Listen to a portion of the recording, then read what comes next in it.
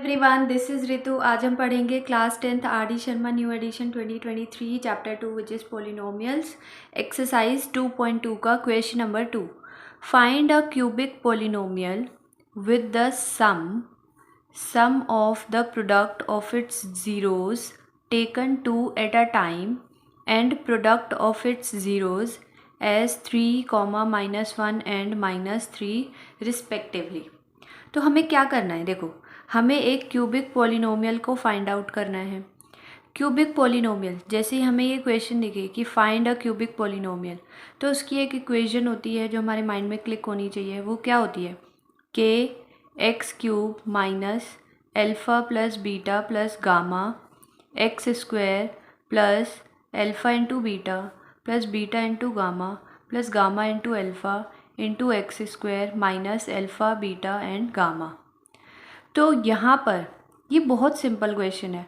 अगर मुझे कहीं से ये पता चल जाए और इसकी वैल्यू पता चल जाए, तो बस इसके अंदर इसको पुट कर देना है और हमारा आंसर आ जाएगा। तो अब हमें कुछ चीज़ें गिवन भी है ये। तो यहाँ पे क्या दे रखा है, देखो सम ऑफ इट्स ज़ीरोज़ 3। सबसे पहले क्या वर्ड यूज़ हुआ है? सम। रिस्पेक्टिवली का मतलब जो पहले है उसका नंबर ये पहला है। तो सम ऑफ इट्स ज़ीरोज़, तो सबसे पहले हम लेट कर लेते हैं। Let alpha beta and gamma are the zeroes of a cubic polynomial. तो ये हमने जो है लेट कर लिए। तो इन्होंने क्या बोला है? सम ऑफ इट्स ज़ीरोज़ तो यही है अल्फ़ा बीटा गामा। तो alpha plus beta plus gamma क्या दे रखा है हमें? 3 दे रखा है। एंड उन्होंने क्या बोला है? Sum of the product of its zeros, इनके ज़ीरोज़ का product taken 2 at a time. जो ज़ीरोज़ लेने हैं ना, हमें 2 ही लेने हैं एक टाइम पर। मतलब या तो हम अल्फ़ा बीटा ले लें, या तो हम बीटा गामा ले लें, या फिर हम गामा अल्फ़ा ले लें।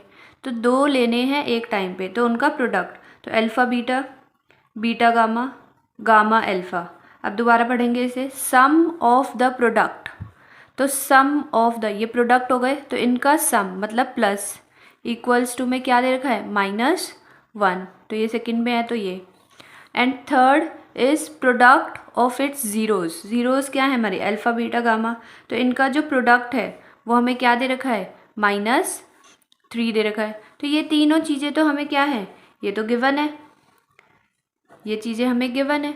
तो अब हम जो है निकाल लेंगे क्यूबिक पॉलिनोमियल। क्या होगा हमारा? एफ एक्स इक्वल्स टू में के x cube minus alpha plus beta plus gamma x square plus alpha into beta plus beta into gamma into alpha x square, यहाँ पे एक्स आएगा, x minus alpha into beta into gamma. मतलब ये जो power होती है descending order में होती है, मतलब पहले 3, 2, 1 ऐसे। और यहाँ पर जो ये के है, जो यहाँ पर ये के है ना, ये कांस्टेंट है।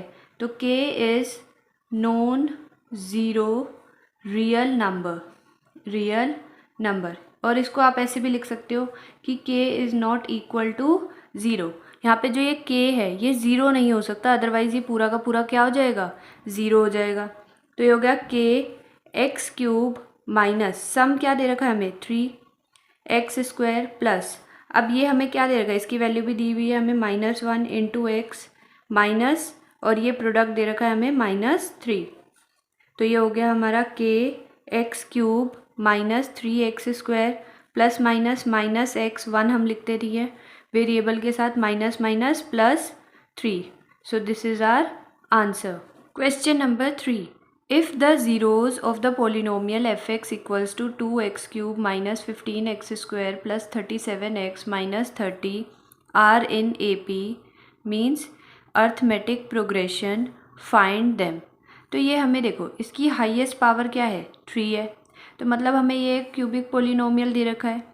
तो उन्होंने बोला है कि ये जो ज़ीरोज़ हैं, इस पोलिनोमियल के जो ज़ीरोज़ हैं वो AP में हैं। तो उन ज़ीरोज़ को हमें फाइंड आउट करना है। तो सबसे पहले हमने क्या कर लिया? लेट कर लिया alpha beta and gamma are the zeroes of this polynomial. तो अब देखो AP होता क्या है? Arithmetic progression.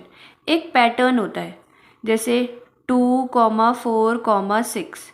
तो इनके बीच का जो डिफरेंस होना चाहिए ना वो सेम होना चाहिए। जैसे यहाँ पे अगर मैं 4 - 2 करूँ तो भी 2 आ रहा है, और 6 - 4 करूँ तो भी 2 आ रहा है, या फिर 3, 6, 9, 6 - 3 करूँ 3 आ रहा है, 9 - 6 करूँ 3 आ रहा है। ऐसे नहीं होना चाहिए 2,4,7, ये जो है AP में नहीं होगा। क्यों? इनका डिफरेंस तो 2 है बट इसका डिफरेंस 3 है, तो ये नहीं होगा AP में। तो यहाँ पर देखो, अब यहाँ पर हमें ये अल्फ़ा बीटा गामा निकालना है ना, और उन्होंने बोला ये AP में है, तो मतलब ये भी एक पैटर्न बना रहे होंगे। ये अल्फ़ा हो गया, ये बीटा हो गया और ये गामा हो गया सपोज़। तो हम 4 में से -2 करते हैं इक्वल्स टू में 6 में से 4 को माइनस करते हैं तो सेम ही आंसर आता है ना। तो हम यहाँ पर ये लिख सकते हैं कि beta minus alpha equals to gamma minus beta, जो आएगा वो बराबर ही आएगा क्योंकि अल्फ़ा बीटा और गामा क्या है, वो तो AP में है। तो यहाँ से देखो बीटा, ये माइनस बीटा है तो यहाँ पे प्लस बीटा इक्वल्स टू में गामा, माइनस अल्फ़ा है तो प्लस अल्फ़ा इधर बन जाएगा। तो ये हो गया 2 बीटा इक्वल्स टू में गामा प्लस अल्फ़ा। तो हमने ये कुछ ऐसी वैल्यू निकाल ली यहाँ से जो हमें गिवन था। अब हमारे पास क्या है, हमें एक पॉलिनोमियल दे रखा है f(x) इक्वल्स टू में 2x³ - 15x² plus 37x minus 30। तो यहाँ से हम एक रिलेशन निकाल सकते हैं, alpha plus beta plus gamma equals to में क्या होता है -b/a। अब पहले ABCD की वैल्यू निकाल लेंगे। तो हमारा जो स्टैंडर्ड क्यूबिक पॉलिनोमियल है वो क्या होता है ax³ plus bx² plus cx plus d। तो a क्या होता है, a होता है हमारा x³ का कोफिशिएंट मतलब 2, b क्या होता है x² का कोफिशिएंट मतलब -15 हो गया यहाँ से, अगर नेगेटिव वैल्यू होते हैं वो भी लेनी है। c क्या होता है x का कोफिशिएंट मतलब 37 हो गया ये, और d क्या होता है कांस्टेंट -30। तो ये हो गया हमारा माइनस, b की वैल्यू क्या है -15 अपॉन में a की वैल्यू क्या है 2। तो यहाँ से आंसर आ गया 15/2 हमारा alpha plus beta plus gamma. अब एक प्रोडक्ट भी होता है इसका relation, alpha into beta into gamma क्या होता है -d/a equals to minus, D की वैल्यू क्या है -30 अपॉन में a की वैल्यू क्या है हमारी 2। तो ये क्या होगा माइनस माइनस प्लस 30/2 हो गया। तो ये हो गया हमारा 15 आ गया आंसर। तो यहाँ से हम कह सकते हैं कि alpha into beta into gamma क्या आ गया हमारा 15। अब हमने इस वाले को इसको हमने फर्स्ट इक्वेशन मान ली और ये हमने सेकंड इक्वेशन मान ली इस वाले को। तो जो यहाँ पर हमारी ये वैल्यू आई थी alpha plus gamma equals to 2 beta, तो यहाँ पर तो देखो 3 वेरिएबल है ना, तो अगर हमारा एक ही वेरिएबल में आ जाए तो यहाँ से एक वेरिएबल की वैल्यू निकल जाएगी। तो अब हम इस वैल्यू को इस इक्वेशन में पुट कर सकते हैं। Now putting the value of alpha plus gamma equals to में 2 बीटा इन इक्वेशन 1। तो इसमें पुट कर रहे हैं हम alpha plus beta plus gamma equals to में 15/2, ये हमने इक्वेशन 1 उतार ली। तो अल्फ़ा प्लस गामा, तो इसका अगर हम थोड़ा सा इसको ऐसे चेंज कर दें, ऐसे भी तो लिख सकते हैं, एक ही बात है। तो इसकी जगह मैं इसकी जगह 2 बीटा लिख सकती हूँ क्योंकि इसकी वैल्यू दे रखी है। तो 15/2 हो गया। तो ये हो गया 2 बीटा प्लस बीटा क्या होता है 3 बीटा इक्वल्स टू में 15/2 हो गया। ये जो 3 है यहाँ पे मल्टीप्लाई हो रहा है, उधर जाके क्या हो जाएगा डिवाइड हो जाएगा। तो बीटा इक्वल्स टू में 15/2 इंटू 1/3 हो गया। ये मल्टीप्लाई हो रहा था ना, यहाँ जाके डिवाइड हो जाएगा। 3 1 ज़ा 3 5 ज़ा 15। तो यहाँ से हमारी बीटा की वैल्यू क्या आ गई 5/2 आ गई। तो हमारा एक ज़ीरो तो हमें मिल गया क्योंकि उन्होंने क्या फाइंड आउट करने के लिए बोला था, हमें ज़ीरोज़ फाइंड आउट करने हैं ना। तो बीटा आ गया हमारा। अब हमें अल्फ़ा और गामा निकालने हैं। तो यहाँ पर देखो, यहाँ से बीटा की ये जो वैल्यू आई है इसको सेकेंड इक्वेशन में पुट कर सकते हैं हम। तो यहाँ पे पुट कर देंगे हम। Now putting the value of beta equals to में 5/2 इन इक्वेशन 2। तो ये हो गया alpha beta gamma equals to में 15। तो यहाँ पे हो गया अल्फ़ा इंटू बीटा की वैल्यू क्या है 5/2 इंटू गामा इक्वल्स टू में 15। तो ये देखो 2 यहाँ पे डिवाइड हो रहा है तो उधर जाके क्या हो जाएगा मल्टीप्लाई। तो ये हो गया alpha into gamma into 5 equals to में 15 इंटू 2। अब ये मल्टीप्लाई हो रहा है 5, उधर जाके क्या हो जाएगा डिवाइड हो जाएगा। तो अल्फ़ा इंटू गामा क्या हो गया 15 इंटू 2 डिवाइडेड बाई 5।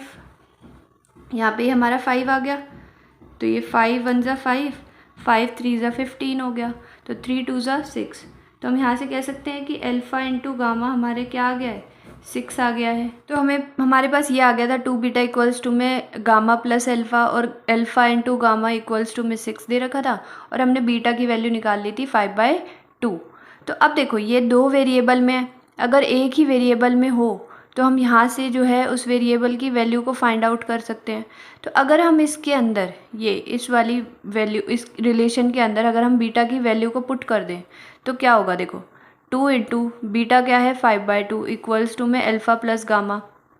तो ये तो 2 से 2 कट गया, तो यहाँ पर आ गया हमारा 5 इक्वल्स टू में अल्फ़ा प्लस गामा। तो या तो मैं यहाँ से अल्फ़ा की वैल्यू निकाल लूँ या फिर गामा की। तो अल्फ़ा इक्वल्स टू में ये हो गया 5, ये प्लस गामा था उधर जाके माइनस गामा हो गया, तो यहाँ से अल्फ़ा की वैल्यू आ गई। तो इस वाली इक्वेशन को हम थर्ड इक्वेशन मान सकते हैं, और इस अल्फ़ा की वैल्यू की, अल्फ़ा की जगह मैं 5 माइनस गामा पुट कर दूँगी तो मेरी गामा की वैल्यू आ जाएगी। तो यहाँ पर putting the value of alpha equals to में 5 माइनस गामा इन इक्वेशन 3। तो इसके अंदर हम पुट कर देते हैं alpha into gamma equals to 6। यहाँ पर अल्फ़ा की जगह मैंने डाल दिया 5 minus gamma into gamma equals to 6। अब ये जो गामा है इससे भी मल्टीप्लाई होगा, इससे भी होगा, तो ये हो गया 5 gamma minus gamma square equals to 6। तो gamma into gamma, gamma into gamma कैसे होता है, बेस सेम है, मल्टीप्लाई हो रहा है तो पावर ऐड हो जाएगी। तो अब इसको देखो, ये हमारा जो है क्वाड्रेटिक इक्वेशन बन चुकी है। तो ये नेगेटिव है तो इसका जो कोफिशिएंट होना चाहिए ना, देखो जो हमारी जनरल होती है वो ax² plus bx plus c होती है, तो जो x² का कोफिशिएंट होना चाहिए वो पॉजिटिव होना चाहिए। यहाँ पे तो नेगेटिव है, तो यहाँ पर पहले इसको मैं इसके उस फॉर्म में लिख देती हूँ, माइनस गामा स्क्वायर प्लस, ये तो पॉजिटिव है पहले साइन होता है 5 गामा, और ये प्लस का इधर आके क्या हो जाएगा -6 इक्वल्स टू 0। अब मुझे इसको पॉजिटिव बनाना है इसका कोफिशिएंट, तो माइनस में कॉमन ले सकती हूँ, तो ये हो गया गामा स्क्वायर, ये हो गया माइनस प्लस माइनस 5 गामा, और ये माइनस माइनस प्लस, सारे साइन चेंज हो जाएंगे इक्वल्स टू 0। अब ये माइनस उधर जाएगा तो क्या होगा, 0 चाहे पॉजिटिव में हो या नेगेटिव में हो, 0 तो 0 ही रहता है। तो gamma square minus 5 gamma plus 6 equals to 0। तो अब देखो ये हमारे पास 3 टर्म्स आ गई है, इसको हम मिडल टर्म स्प्लिटिंग से कर सकते हैं, बीच की टर्म को अगर हम ब्रेक कर दे तो जो हमारा ये कैसे करते हैं, देखो c को, जो ये कांस्टेंट होता है इसको a से मल्टीप्लाई करते हैं, तो ये 6 को हम किससे मल्टीप्लाई करेंगे 1 से, तो 6 1 जा 6। तो ऐसे दो नंबर जिसको मल्टीप्लाई करने पे तो 6 आए, बट ये वाला साइन देखा जाता है प्लस, प्लस करने पर क्या आना चाहिए हमारा 5 आना चाहिए। तो ऐसे दो नंबर्स कौन से हैं, 3 और 2, 3 और 2, 6 का एलसीएम भी ले सकते हो, 6 का 3 2 ज़ा एंड देन 2 1 ज़ा, तो ये आ जाएगा हमारा। तो नाउ गामा स्क्वायर माइनस ये क्या, इसको मैं लिख सकती हूँ 3 + 2 into gamma plus 6 equals to 0। ये हो गया गामा स्क्वायर, इस गामा को इससे भी मल्टीप्लाई करेंगे, इससे भी मल्टीप्लाई करेंगे, -3 gamma minus plus -2 gamma plus 6 equals to 0। तो इन दोनों में क्या कॉमन है, गामा, ये एक गामा बाहर आ चुका है, एक बचा अंदर -3 माइनस, इन दोनों में क्या कॉमन है 2, ये हो गया गामा, माइनस प्लस माइनस, जब बाहर माइनस का साइन होता है ना तो अंदर भी चेंज हो जाता है साइन। तो 2 की टेबल में 6 कितने पर आता है, 3 पर आता है।